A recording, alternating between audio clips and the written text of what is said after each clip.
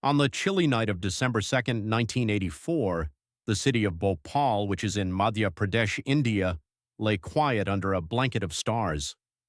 The air was still, the streets hushed, save for the occasional rustle of life in the shanty towns that clung to the edges of an unassuming pesticide plant owned by Union Carbide India Limited, UCIL, a subsidiary of the American giant Union Carbide Corporation.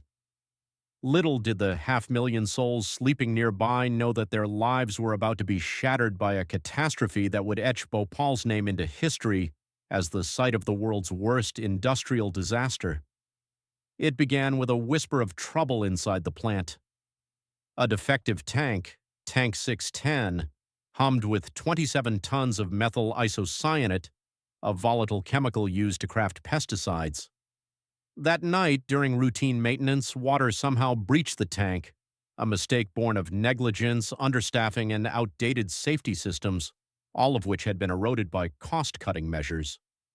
The water ignited an exothermic reaction, a silent fury building within the steel walls. By midnight, the pressure was unstoppable. The tank ruptured, unleashing a deadly cloud of MIC and other toxic gases into the night sky. The gas, heavier than air, sank low, creeping through the narrow alleys of Bhopal's slums.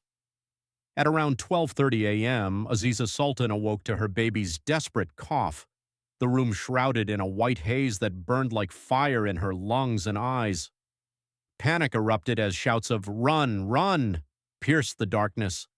Families stumbled from their homes, some in nothing but their nightclothes, clutching children as the toxic mist seared their throats and blinded their vision. Shampadevi Shukla later recalled the agony, her body feeling as if filled with red chilies, froth spilling from her mouth as she fought to breathe. By dawn on December 3rd, the streets were a grim tableau of chaos. Thousands lay dead, their bodies strewn among the ruins while survivors gasped for air, their eyes streaming tears.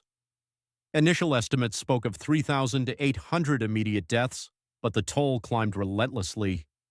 Within weeks, 8,000 more succumbed to the gas's lingering effects, and over time, survivor groups claimed 22,000 or more perished, their lives claimed by respiratory failure, cancers, and other maladies. 500,000 people were exposed, their bodies scarred with chronic illnesses, lung disorders, blindness, neurological damage that would haunt generations. The plant's safety systems meant to detect such a leak had failed utterly. 6 safeguards lay dormant, victims of neglect, and Union Carbide's own documents later revealed a design built on unproven technology, corners cut to save money. The company's response was swift but cold. As Bhopal reeled, Union Carbide withheld critical data about MIC's toxicity, leaving doctors fumbling for treatments amid the flood of the injured.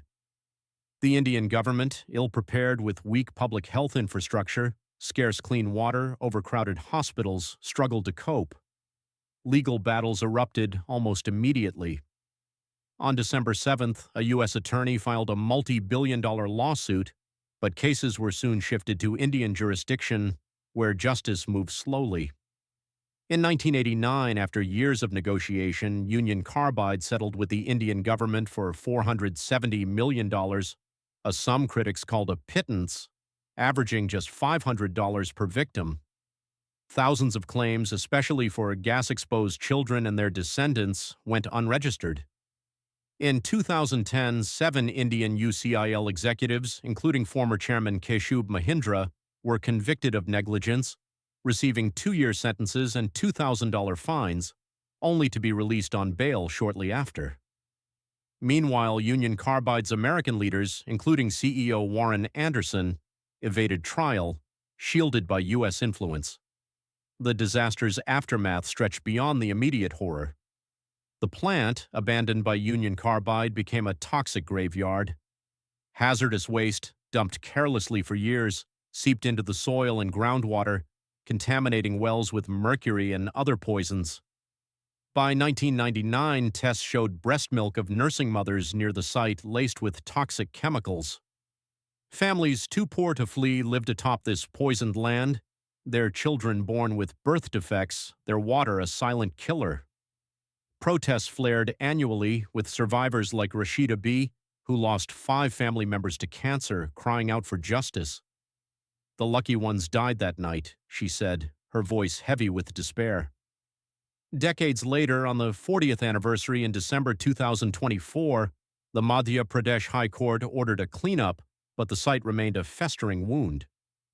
Dow Chemical, which acquired Union Carbide in 2001, faced accusations of dodging responsibility, while survivor groups led by figures like Satinath Sarangi of the Sambhavna Clinic fought on. The clinic, built with donations, treated over 300,000 victims, yet the government's hospitals often denied the gas's lasting,